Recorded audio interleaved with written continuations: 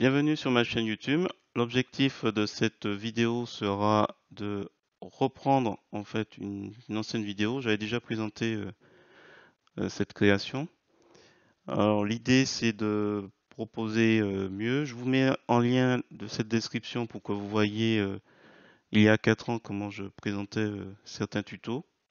Ça vous permettra de voir un avant-après. Pour ceux que ça n'intéresse pas trop le mode opératoire pour créer ça, c'est assez simple. Vous verrez, c'est en 2 étapes. Voilà, donc si à la fin de cette vidéo vous trouvez intéressant les explications que je donne, je vous remercie de mettre un pouce vers le haut et n'hésitez pas aussi à me mettre un commentaire. Sur ce, je vous souhaite un bon visionnage. Alors c'est parti, nous voici sur GIMP la version 2.10.36. Nous allons chercher notre image donc sur Pixabay. Je vous mettrai le lien dans la description. On va cliquer sur télécharger. Je vais prendre 1920 par 960. On clique sur ouvrir. N'hésitez pas à prendre plus petit en dimension si jamais vous voyez qu'il y a des difficultés. Donc je clique sur le bouton droit de la souris, je copie l'image, je reviens dans l'éditeur d'image GIMP pour faire édition, coller. Alors ce qu'on va faire, une fois que l'image est chargée, c'est assez simple. On va aller dans filtre, animation, globe tournant, valider. Donc je laisse ces paramètres par défaut. Si vous voulez ajouter plus d'images, il n'y a pas de souci. J'ai mis 0 pour rester sur RVB. Sinon, vous mettez 255 pour, j'imagine, une couleur indexée. Donc, on valide. Voilà, on se retrouve avec ce résultat. Donc, dit calque. On va aller ensuite sur image. On va descendre sur taille, échelle et taille de l'image. On va désactiver la chaîne pour pouvoir mettre les mêmes unités pour la largeur. Pour pouvoir mettre au niveau de la largeur la même chose que la hauteur, donc 485. Voilà, interpolation cubique, on valide. Voilà, on a une terre. Ensuite, fichier, exporter sous. On va mettre terre. Et la partie la plus importante, .gif. On va faire exporter. Dans la boîte de dialogue, on va cocher en tant qu'animation, boucler indéfiniment, on va mettre 250 millisecondes. Donc ça veut dire que le délai entre deux images sera 2 fois plus long que ce qui est mis par 2,5 fois plus long que ce qui est mis par défaut. L'arrangement, alors je vois qu'il y a un replace qui est marqué. Alors à la limite, alors on coche ça déjà pour qu'il prenne en compte ces 255 et je vais mettre remplacer même si sur chaque calque il a l'air déjà d'être présent. Je fais exporter et on patiente.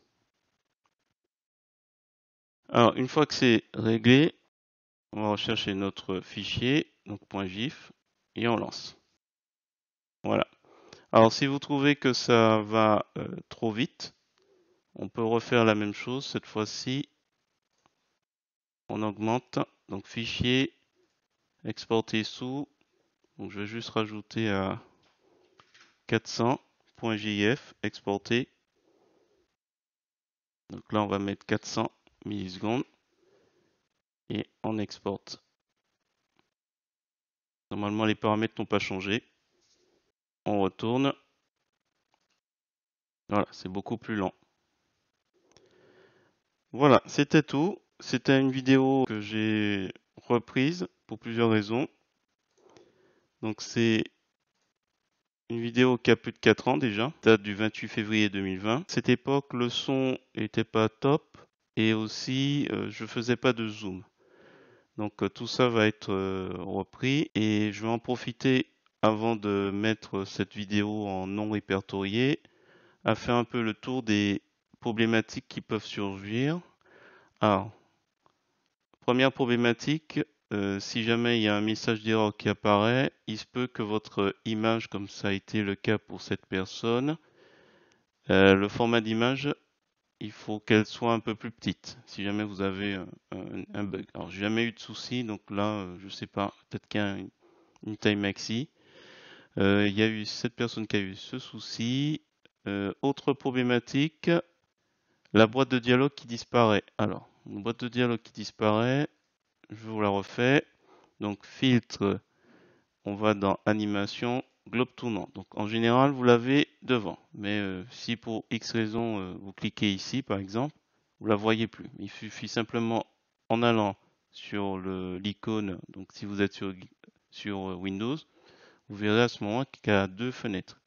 Vous avez juste à cliquer pour retrouver la fenêtre. Donc ça, c'est aussi une possibilité qui pourrait survenir.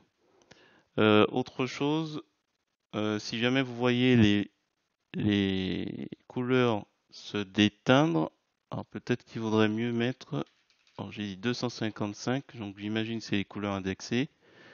On va travailler sur une copie.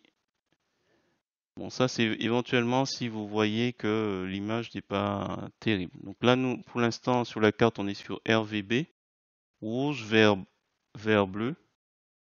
Donc là, comme je le vois, couleur indexée. Donc il a transformé en couleur indexée. Et alors, est-ce que on va avoir une grande différence? On va voir tout de suite. Donc là, je vais à nouveau dans Fichier, taille d'image. Je mets, hop, je décoche. Donc je suis en train de refaire un peu la même chose que tout à l'heure. Mise à l'échelle. Donc là, je suis au niveau de l'Afrique. Voilà la différence avec le RVB, à vous de voir. Bon, je pense qu'il n'y a pas de nécessité à voir. Dans certains cas, il vaudrait mieux le convertir, mais je pense pas. Bon, voilà, bon. À vous de voir. Je vais m'arrêter là. Donc, si vous avez trouvé intéressant cette vidéo, je vous remercie de mettre un pouce vers le haut et de me laisser un commentaire. Je laisse cette vidéo en même temps que la précédente et puis progressivement, je vais la mettre en non répertorié et un jour la supprimer. Donc, c'est en lien si vous voulez voir l'ancienne vidéo pour comparer les différents modes de montage. Et donc sur ce, je vous dis à bientôt pour d'autres tutos.